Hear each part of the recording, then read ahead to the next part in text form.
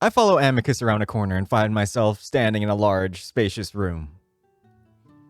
The first things I notice are the large screens on each wall of the room, displaying colorful images of stars, galaxies, and spaceships. In the middle of the room are what look like beds surrounding a table. In those beds are the two wolves I saw earlier. Kato is sitting and leaning over towards Cassius, who is draped luxuriously over one of the beds. Kato is talking to Cassius while the other wolf has on his typical sour expression. Sitting on the floor in front of Cassius's bed is a creature that I've never seen before. It's definitely not a wolf, more feline-like. Cassius has his paw on its head, idly scratching it while he listens to whatever Kato is saying.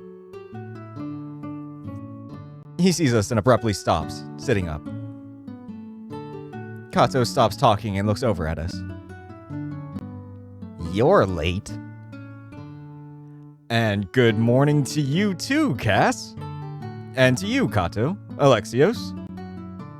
Amicus turns to Kato and the small cat creature, bowing to both of them. Good morning. Morning, Amicus. The cat, Alexios, nods at Amicus with a smile. At the same time, I see Cassius tug on the gold collar around his neck. It isn't very much, but Alexios immediately drops the smile from his face, looking down. How many times do I have to tell you not to acknowledge him, Amicus? Amicus seems to ignore Cassius, walking to the empty bed while pulling me along with him. He whispers in my ear. Sit in front like Alex is doing. I look over at the cat and see his ears perk up in our direction, though he continues to avoid looking at us. He's in a kneeling position, so I do the same, starting to feel a little uneasy about the whole setup. Amicus, meanwhile, stretches out across the bed, an elbow in the cushions as he props himself up. Calm. Send in breakfast. Yes, Kato. A few seconds later, literal flying saucers levitate into the room from beyond another archway. I get a moment to see some sort of black device on the underside of the plates before they gently come to rest on the table. I blink, but don't say anything, deciding to just take everything in without question. I decide instead to focus on the food.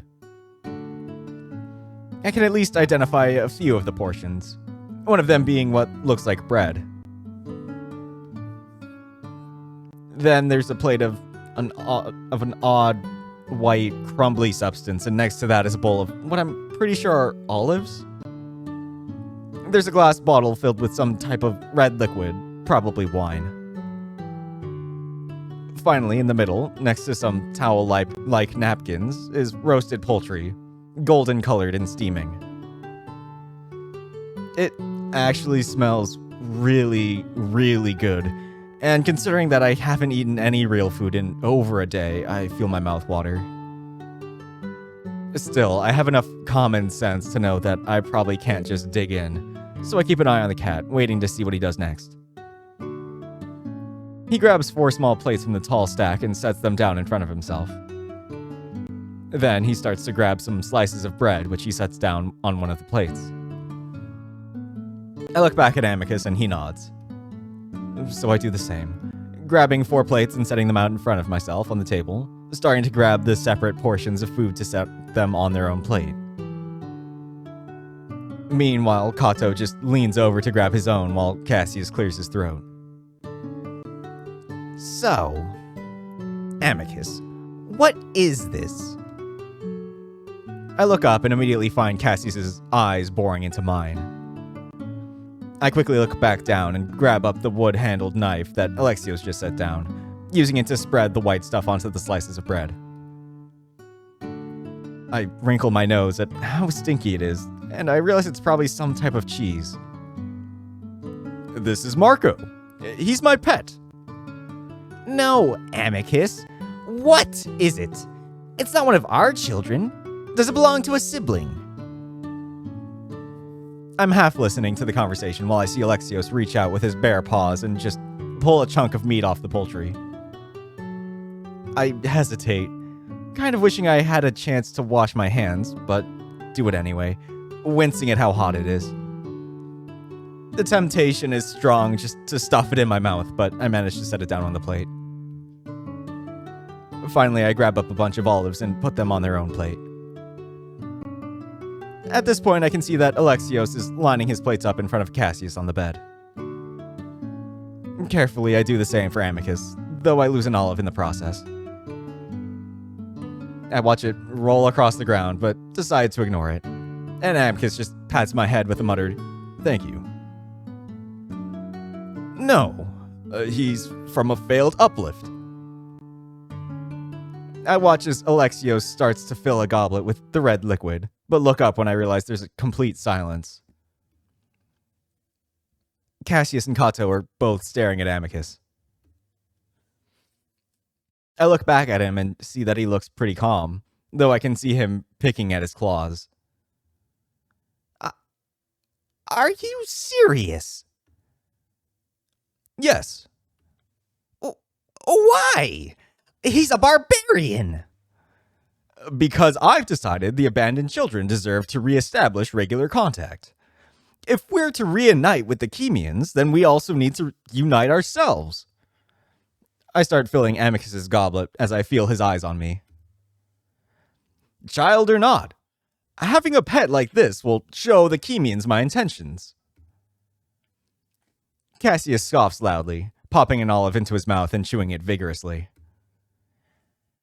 Masterful stunt, Amicus.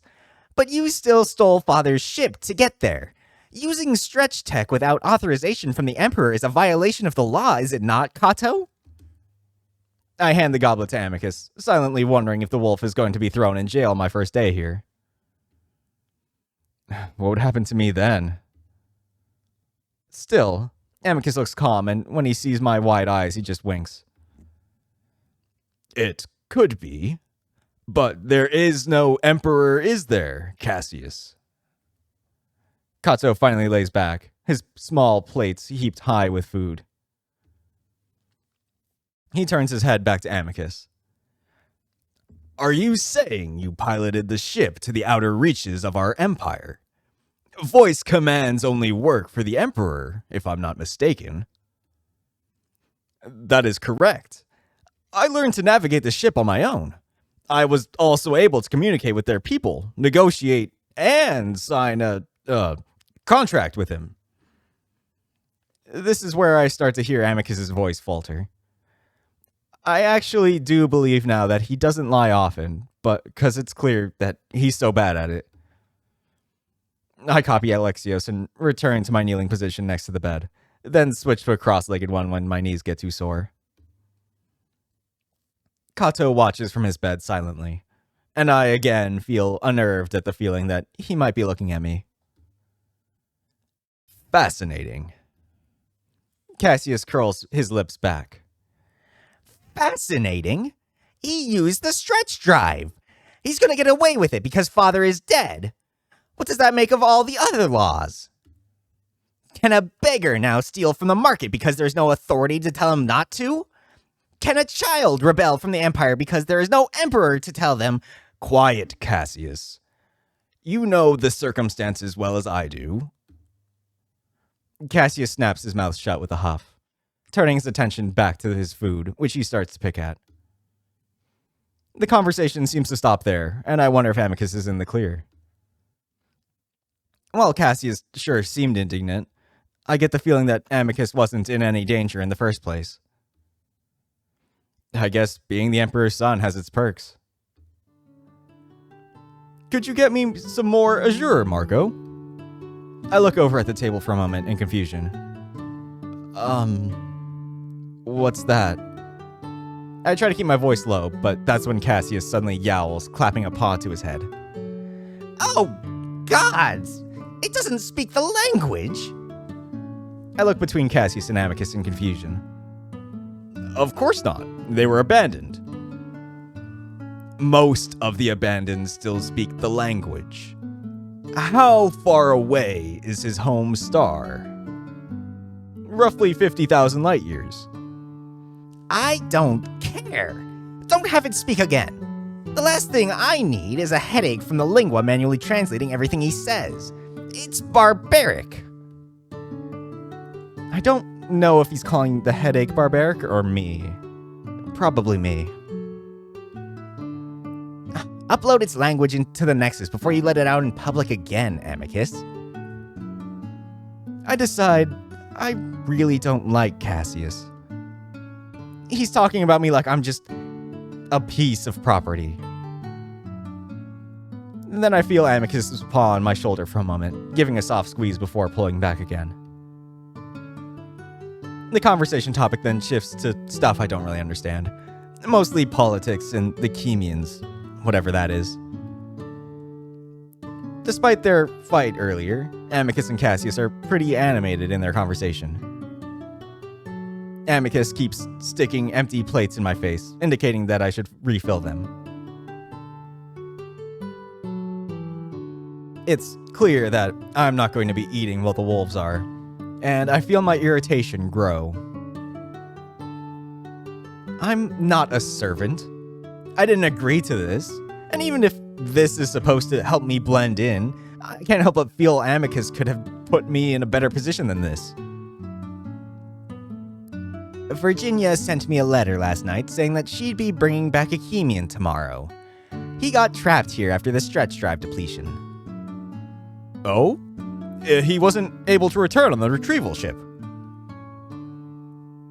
He was on Anchorus at the time, so it took him several months to get back to Adastra.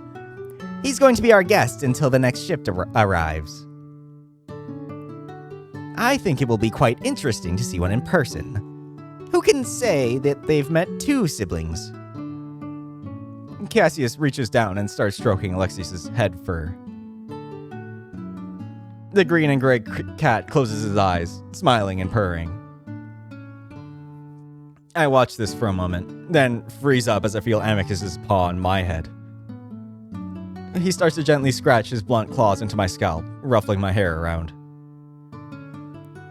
It actually feels really good, but knowing what he's doing gets me pissed off all over again. He already knows I don't want to be doing this, that he brought me here against my own will.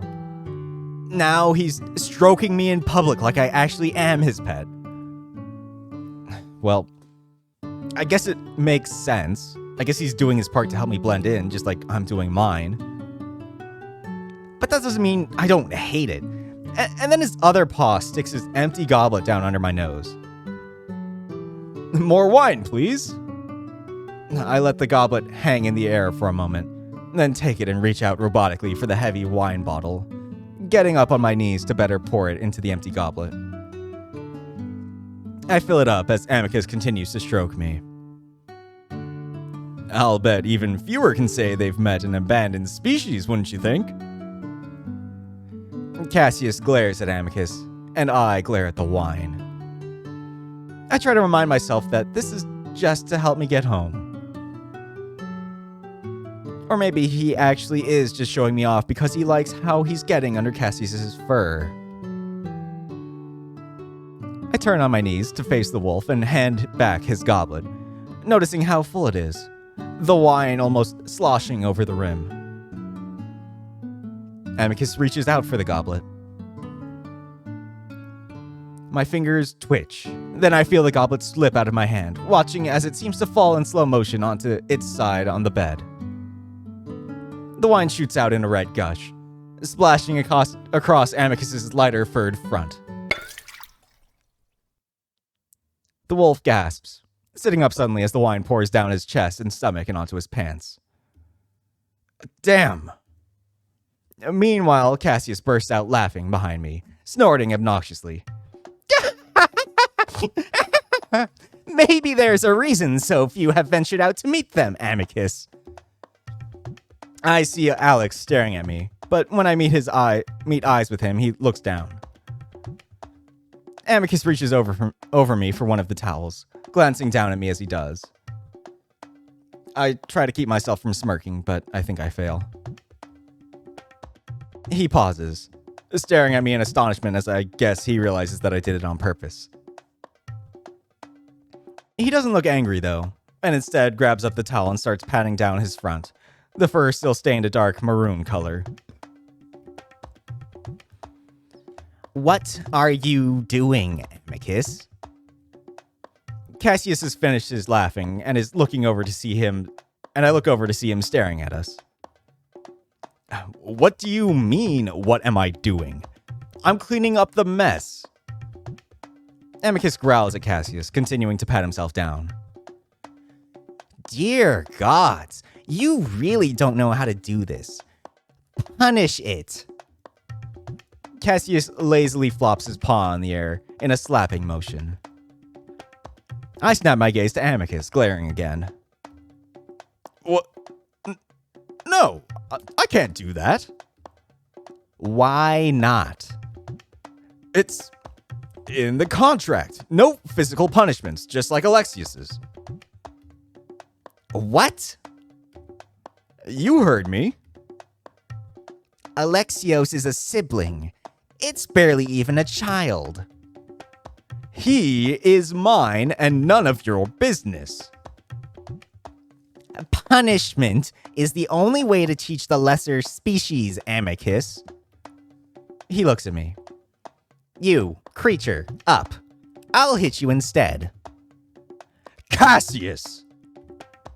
I jump, so does Cassius, ears ringing as Amicus' deep voice bellows over me. Meanwhile, Kato just lounges on his bed, listening. Or maybe not. I'll make this very clear right now. You are never to lay a paw on him, or give him orders of any kind. Cassius, having recovered, raises an eyebrow at Amicus. And if I do, brother? Amicus's fur starts to lay flat on his shoulders, again as he shrugs. I'll punch you. What? You can't do that. We're not pups anymore. And if you call him it again, I'll do the same. Cassius seems to choke for a moment. What in the world has gotten into you, Amicus? He looks at the older wolf. Kato. Yes, Cassius. Well, do something. He can't threaten me like that. Amicus, be nice to your brother. Cassius's ears turn bright red, and he slumps on the bed, glaring at his remaining food. Anyway, if you two are finished, then be off to your studies. Don't be late this time, Amicus. Your tutor complained again last week. That's today? You know, you should take care to start paying more attention. After seeing what you accomplished, I'm starting to lean towards trials in making my decision. The room suddenly goes very quiet. And Cassius, I need to speak with you for a moment before you leave. Amicus gets to his feet and I do the same. The wolf glances at Cassius and Kato, but they're deep in conversation. He turns back to me. I forgot that it's my study day, so I'll be gone for a little while. I'm going to ask Alexios to show you around and give you something to do while I'm away. I feel myself grow tense at the idea of being without the only person I know around here. Seriously? Listen, you don't have to do anything. I'll make that clear to everyone. But I feel you might rather have something to do rather than sit in my room all day. He seems to think it's the chores that I'm upset about rather than him leaving me alone. All right. Amicus frowns at me and I can't help but feel a little bad. He does seem to be trying to make things as easy as possible for me. And sorry. I gesture at his still stained front. Don't worry. Yes, wine isn't easy to get out of the fur, but I know why you did it, and I deserved it. Is it He speaking his language again? Shut up, Cassius. What? Alexios. Amicus gestures at the small cat, who is currently stacking the dirty dishes on top of each other. Could you please show Marco around the palace, along with the tasks and activities you do? He's unfamiliar with nearly everything. I would be happy to, Amicus. So you can order my pet around? Kato, standing over by the doorway and clearly eager to leave, sighs. Enough. Try to be reasonable, Cassius. Now, both of you be off to your studies. And a quick shower for you, Amicus. Amicus grumbles and starts to turn away, then turns back to me, resting a paw on my shoulder. I'll be back toward the evening.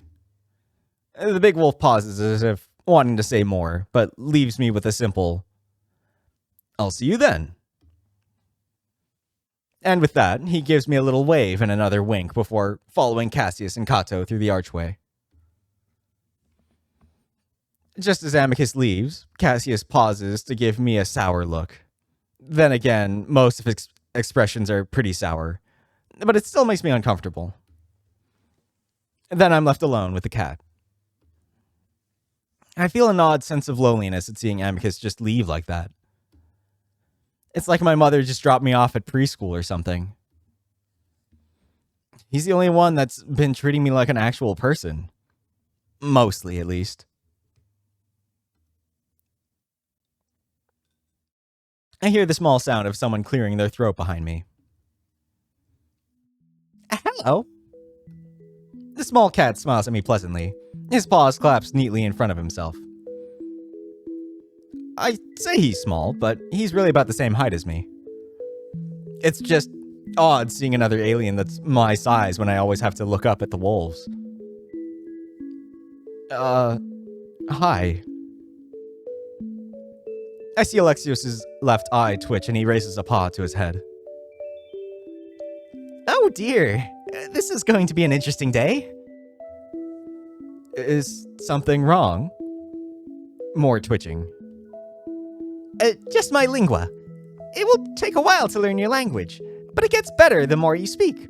So if you don't mind, I'd like to know more about you. I'm very curious. Amicus told me to act dumb, so I try to figure out how I might do that. I fix a distant look on my face. Far away. Alexios blinks, then giggles. Oh. We both stand there awkwardly for a moment before he gestures at the table. Well, why don't you have a seat? We eat their leftovers when they're finished. The cat moves over to sit on Kato's bed, reaching out for his own small plate. I'm reminded of how hungry I am, so I quickly do the same, choosing to sit on Cassius's bed since Amicus's is covered in wine. Will this food agree with your stomach? I think so. It actually looks kind of like some of the stuff I eat back at home. I mean, it's basically olives, bread, and meat. I point to each of the dishes. Alexios puts his paw back up to his head.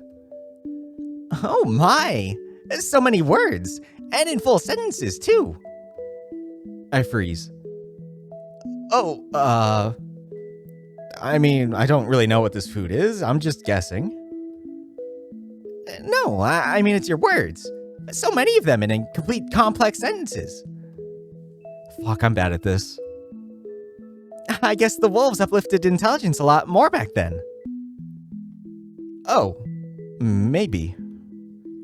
I wonder if I've ruined our plan already, but Alexios doesn't seem alarmed, just curious. So I turn my attention back to the food. There isn't much left on the table. The meat was mostly cleaned off the bones by Kato. Next to it are 4 slices of bread and the bowl of olives. Alexios starts on the poultry, working at it with his claws until it comes apart in 2 pieces with a loud tearing sound. He hands me 1 half. You should be able to find a little meat on there. I take it from him, trying not to show my disappointment. Then he puts 2 slices of bread on a plate and slides it towards me, before taking the remaining 2. Make sure to use the cheese. The bread is a bit bland without it. I pull a few thin strips of meat off the bone and taste it. It's good. Really, really good. And I quickly search the bones for more, but there isn't much at all. Hungry? I look up and see Alexios delicately picking at his own half of bird. Yeah. Haven't eaten in a few days. Oh, really? Why not? The trip here was a bit rough. I guess I did eat on the ship, but it wasn't very filling. Oh, like the protein sludge they have? Yeah, that stuff is quite terrible. I can understand why you're hungry. Well, you won't have to worry. Why not? We eat dinner with our masters in their rooms. Amicus always serves himself very large portions, and also sneaks me my own food since Cassius doesn't take much himself. Alexios slowly spreads cheese onto his bread. He will take good care of you in that respect. With the mention of Amicus, I start to feel a bit lonely again. Actually, something I've noticed is that the whole palace seems to be lonely. So, where is everyone? Alexios chews thoughtfully on his bread. I try to think of a way to phrase things stupidly, then give up as I decide he already knows I'm able to form complex sentences.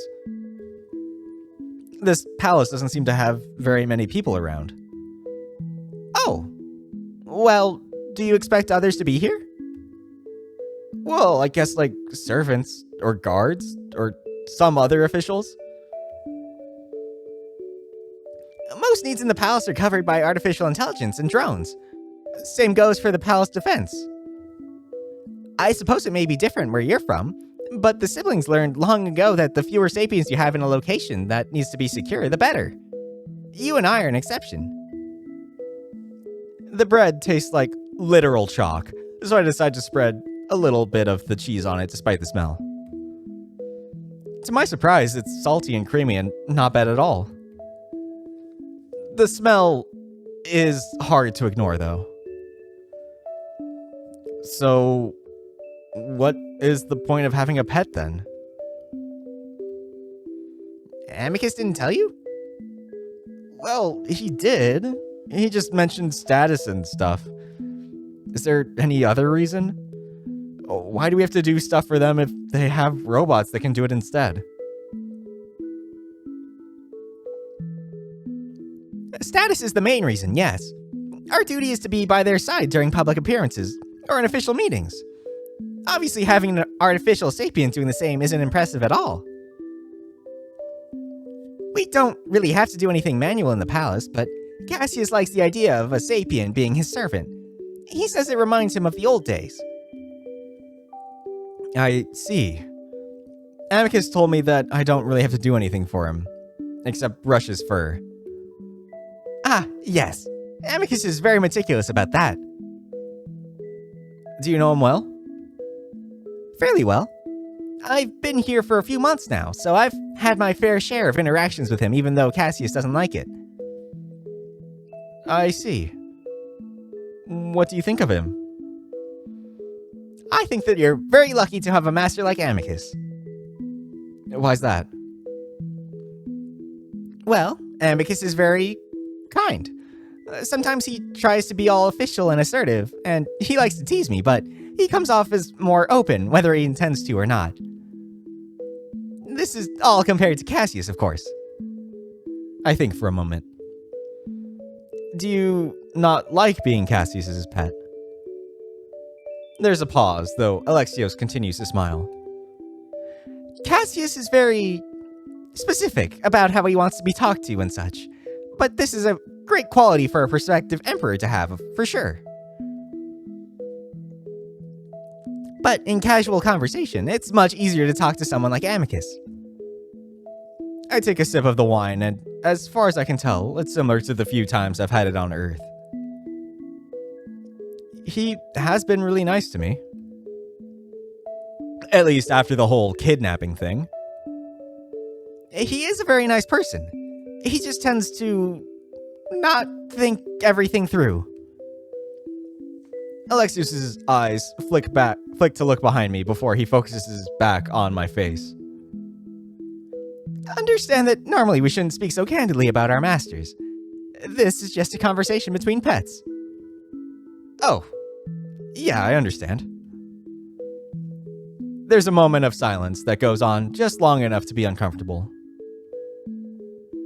Yes, I thought you would. I have to say that you're extremely perceptive, almost on the same level as a sibling. I wince internally as Alexios points out my intelligence again. It only took me 10 minutes to fail my one and only job. Alexios smiles at me again. Was I not supposed to know that? Apparently he's perceptive as well. Don't worry. Like I said, this is between pets. Alexios leans in conspiratorially. I don't just blab everything I know to my master. I'm simply his servant, not his spy. He leans back again. Though he might wish I was. But honestly, it's really nice to be able to talk to someone other than my superiors. Amicus was the only one to treat me as an equal, but Cassius usually keeps our contact minimal. I put the last bit of bread into my mouth, and as soon as I do, Alexios sits up. Come, we're finished. Yes, Alexios. I watch with fascination as the dishes levitate off the table and float away through the archway they originally came through. Do you want to go outside? Like I said, there's not much to do, but the gardens do require a more sapient touch to keep them presentable. Yeah, sure. I brush crumbs off of my jeans and stand up. I'm still hungry, but the amount that I've eaten has taken the edge off of it at least. I follow Alexios quietly through the halls, really enjoying the architecture of the palace for the first time.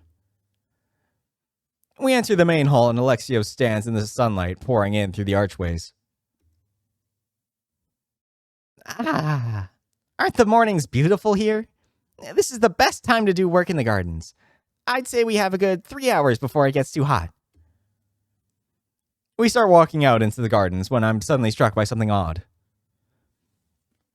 So, you just said we have 3 hours. Yes? Well, how long is an hour here? The same. Oh. We use the same minutes and hours and stuff? That didn't seem possible. Alexios thinks, rubbing the spot above his left eyebrow. Well, the lingua is a complicated device. It's parental text, so it's something that we don't really understand at all, but what we do know is that it translates language in a way that offers the best understanding possible for the host. Alexios crouches by a pillar, examining the ivy growing around its surface. I used a measurement of time specific to the wolves and their language, and the lingua simply translated it to a measurement you'd better understand. The small cat chuckles. It's something I've given up on understanding myself. It's not perfect and can create really confusing situations, especially when it comes to certain words and numbers. Oh. I see Alexios single out a small white flower growing at the base of the pillar before he plucks it out and sets it to the side. I start to wonder if I should maybe learn the language. The lingua is impressive and all, but it doesn't seem like it's very specific. Alexios grins. Don't think too much about it. Just try to remember that doesn't mean everything actually is the same. There are 19 hours in a day on Adastra, which I imagine is at least somewhat different compared to your own planet. Anyway, what I'm doing right now is pulling up some weeds. The drones do a good job of watering and pest control, but they often miss smaller weeds like these. I crouch at the pillar next to Alexios, searching through the ivy for weeds to pull at the base. So, there are 19 hours in a day here. Yes. That's a bit shorter than back home. Oh, I get that. There are 30 hours in a day where I'm from. You get used to it after a few weeks, though. I prefer it, actually. I turn my attention back to the pillar and suddenly find myself staring right at a strange, crab-like thing sticking to the stone. At first, I wonder if it's a carving of some kind, since it's so big. But as I look closer, it moves, and I realize that it's a massive living spider. The next thing I know, I'm rolling away from the pillar action movie style before popping back up to my feet. Oh my god! What is it? A spider thing. I'm standing a good 10 feet away from the pillar now, but I can still see the massive spider. Its thick legs fanned out the width of a clock. I shiver. Oh, oh, I see. I stare at him. How is that funny?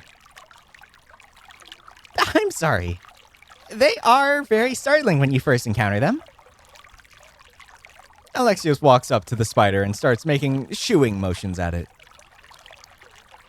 Even from here, I can see its black, beady eyes. It doesn't move at all, choosing to sit motionlessly on the pillar. Adastra arachnids and insects are disturbingly large compared to the ones on my home moon. I look around, suddenly feeling like I'm in danger, imagining giant wasps descending from the skies. Alexio starts to look more frustrated as the spider refuses to be intimidated by his limp-wristed swipes. Nothing in the gardens is dangerous, though, and they're needed to balance the ecosystem. This creature's venom is far too mild to cause much more than an itchy bump, if it bites at all. Alexios gives another weak swipe at the spider, and it takes the opportunity to bolt up his arm, so fast that it becomes a blur before stopping on his face. For a moment, we both stand there in shock as it clings to him like a facehugger. Then... Buddy, Galen, get it off! He dances around in place for a moment as I simply watch in fascinated horror. Finally, he shakes his head and the spider runs down his front to scuttle across the ground and into some bushes. Alexios heaves a breath for a moment, trembling. Despite myself, I have to laugh in amazement at what I just saw. What? Why are you laughing? Sorry, it was just so surprising and you were so sure of yourself until... I chuckle again. Well, it surprised me. He shivers, rubbing his shoulders. There's honestly nothing to be afraid of when it comes to those, but it was right on me and the way they move. He shudders again. And you just stood there and watched. I mean, what could I have done? If that had happened to me, I would have jumped into the pond. Alexio sighs and I see his fur start to flatten down again. Then he also chuckles. Well, I was about to. Anyway, let's get back to work. If you see another spider, just work around it. For the next hour, we move from pillar to pillar, cleaning up the unwanted weeds. I'm way more vigilant now, checking every pillar for spiders before we start. Luckily, we don't come across any more. After a while, we finally sit on a bench under some trees, and Calm floats out a few platters of tiny pastries that remind me of quiches. Those are followed by glasses of cold, green, vegetable-tasting drinks. It's delicious. So, can I ask where you're from?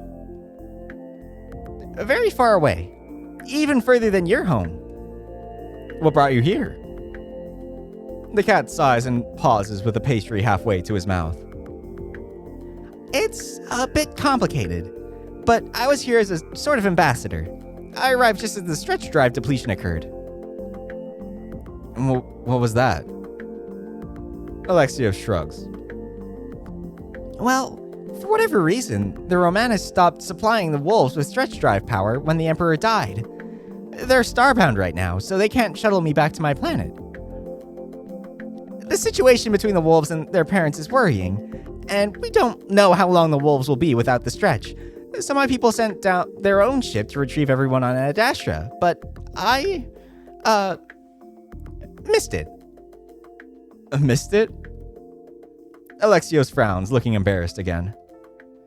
Well, I slept in and missed the departure. Wow, really? I mean, it happens to the best of us, no? I guess. Why didn't they wait for you? That's kind of messed up that they'd just leave. When using stretch tech, time is important. Everything runs on a specific schedule, so if you miss it, you miss it. And they're certainly not going to send another one out for one person. Wow, didn't you have an alarm clock? Or someone to wake you? Trust me, it was a series of many unfortunate events that led to that happening. The main one being that even though I woke up with enough time to reach the starport, I got lost in Adastra City's terrible public transportation system. I was running from platform to platform, wolves all around me trying to touch me because they've never seen a cat before, and I could barely read the signs because, well, for my species, water comes from the eyes when we're stressed, so... Oh, you were crying. You know what that is? Yeah, my species does it too. He looks away and I can see the insides of his ears turn red. I did not know that. It's a shared trait among us and the wolves, but I don't know many others that do it, aside from the Chemians. Anyway, I eventually decided to use my situation to continue my work and build a relationship with the Imperial family, so I became Cassius's pet. Alexius's situation doesn't sound at all different from mine, even though the reasons for us getting here were very different. When does the next ship come? Alexios shrugs. Years. At least one a decade, but sometimes more. I'm hoping within the next few years, though. I'm sorry to hear that. It's not the worst life, and the wolves treat me well enough. We do have a special relationship. With Cassius? Between us and the wolves. Unlike the other siblings, our parents originated in the same galaxy. Though our views are very different, there's a bond there. Alexios brushes his paws together. Are you done? Yeah. Come, we're finished. And with that, the platters and glasses float away. I'm starting to get used to all of this. But Marco, was it? Yeah. I'm sorry. I guess we skipped introductions. You already know me as Alexios, but you can call me Alex. Hello, Alex. Hello, Marco. So now that we're no longer pretending that you're not a so-sapien anymore, where are you from? Tell me about yourself. That gives me some pause. Well, he's been really nice to me so far. I know I can't just reveal everything to Alex, so I settle on being vague like he was. Well, I'm from far away, but less far away than you. I'm a primate. I see. Are you important among your people? No, I'm just a student. Oh. Do you know why Amicus chose you then? I think he just chose me at random. I just happened to be where the uplift occurred. Alexios blinks and laughs. That's just like Amicus. Yeah, it is, actually. But I guess it makes sense to choose a commoner if he wants to unite the abandoned children again. Oh, yeah? I decided that shifting the conversation away from me is a good tactic for now. Yeah. Didn't he explain that to you? Maybe a little, but he didn't tell me all that much. Don't take it personally. Amicus doesn't often think ahead. Right now, the wolves are in a bit of a strange situation. Again, this is between you and me, but they've fallen behind the other siblings in terms of spread and resources. The main reason being that they don't uplift their children to similar intelligence levels as themselves. Intelligence levels? I thought they just spread their culture. Alex frowns at me. You don't know. I guess you were abandoned, but you should know that your intelligence, every child's intelligence, was uplifted by a sibling. Oh.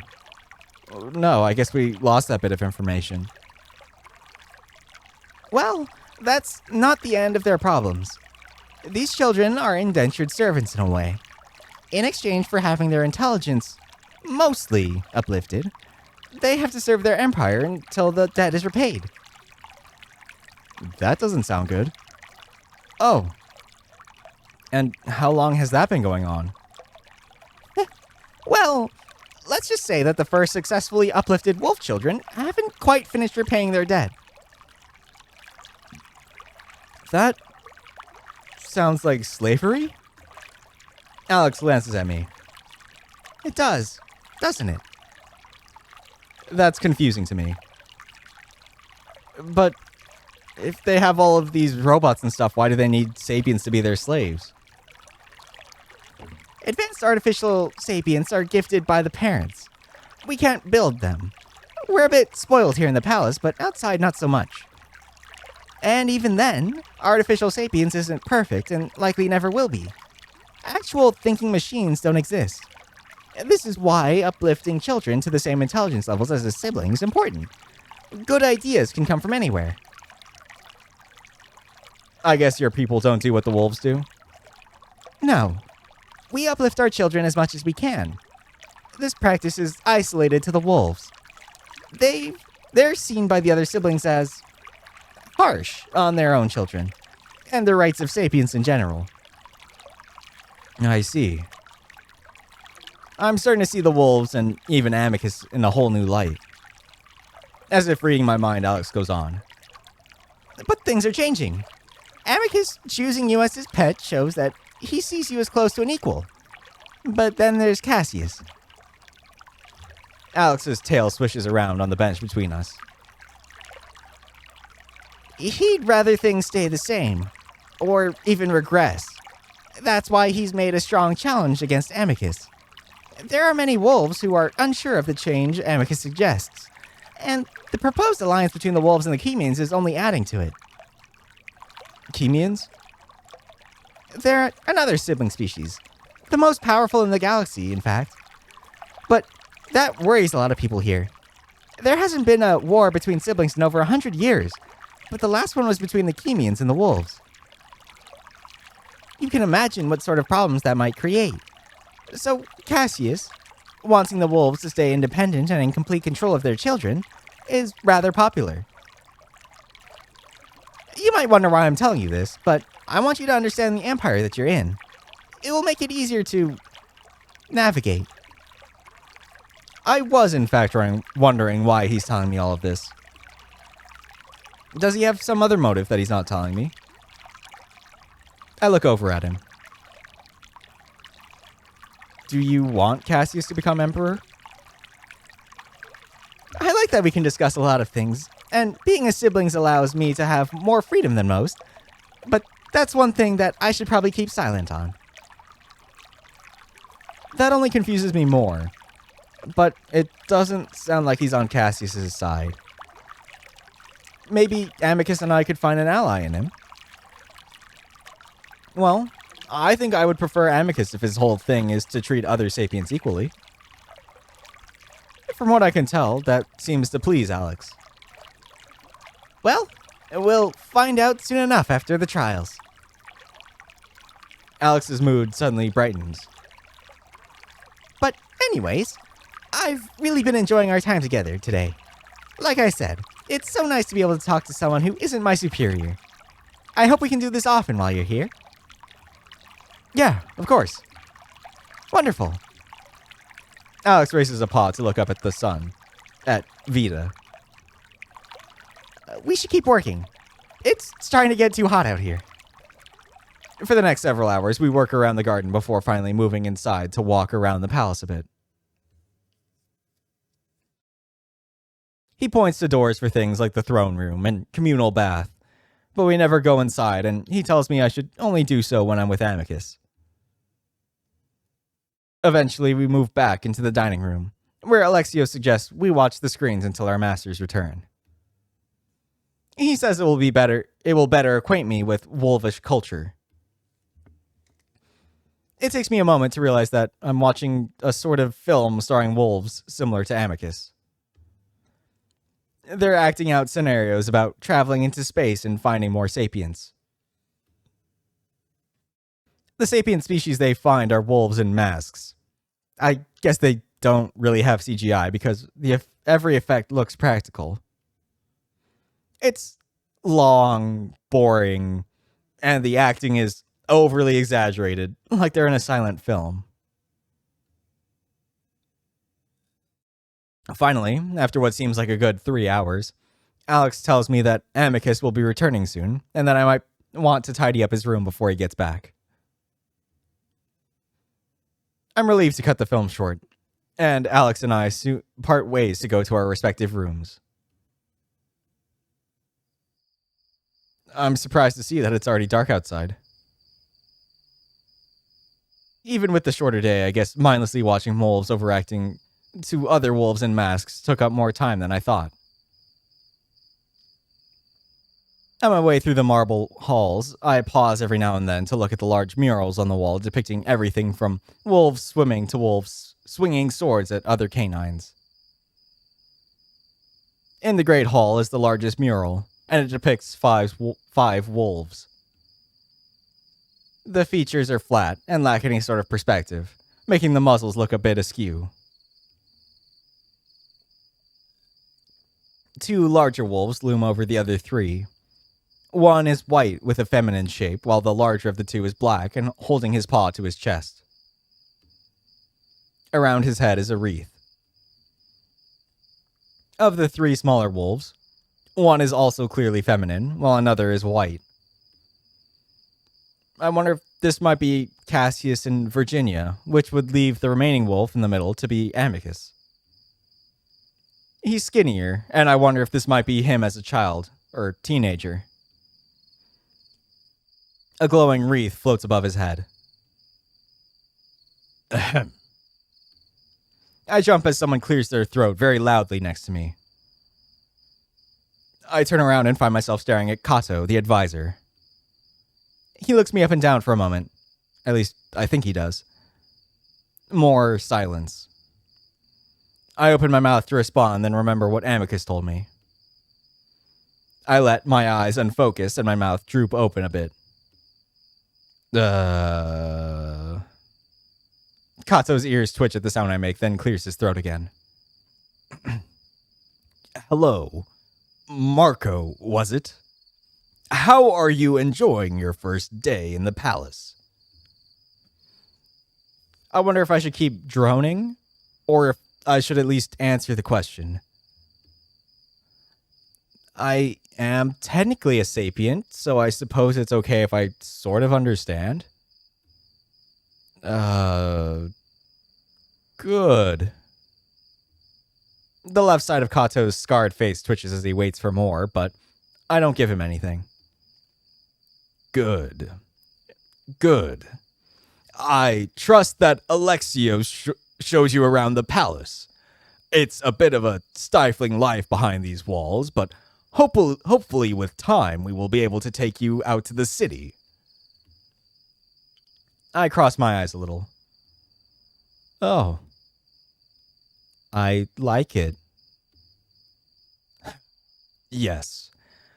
So, where are you from again, exactly? There's something behind this wolf's words.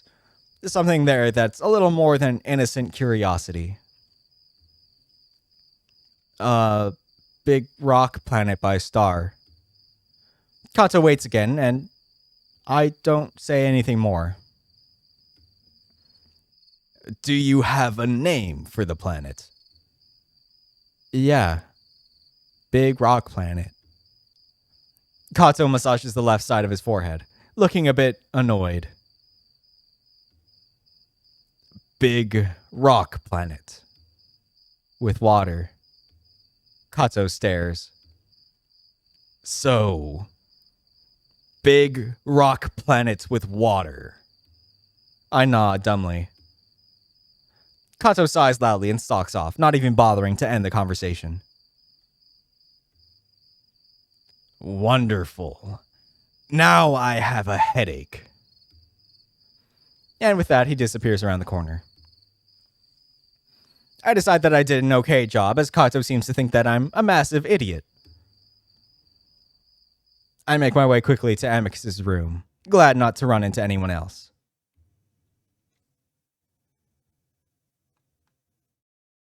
And that's where we'll call it for that one. More people, more voices. Whee! It's very fun to talk as Cassius. I like it. Anyway, as always, thanks for watching. I hope you enjoyed it, and I hope to see you next time. Bye.